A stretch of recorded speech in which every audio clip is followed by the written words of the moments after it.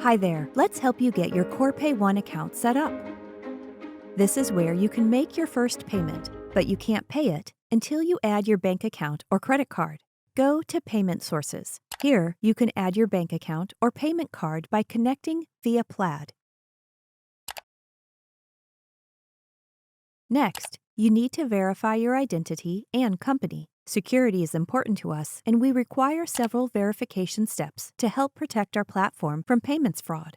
First, verify your company. Next, verify yourself. You need to verify your phone number and email address and your identity. We use a tool called OnFido to verify this. It will ask you to take a photograph of your ID from your mobile device. You will need to verify your license, ID card, or passport. Scan your preferred ID or upload a picture of it. Enable camera access, then follow directions on the screen to match your face to your ID. Now, you can add your team. You can invite coworkers by email and set different permissions for each, from administrator to view-only access.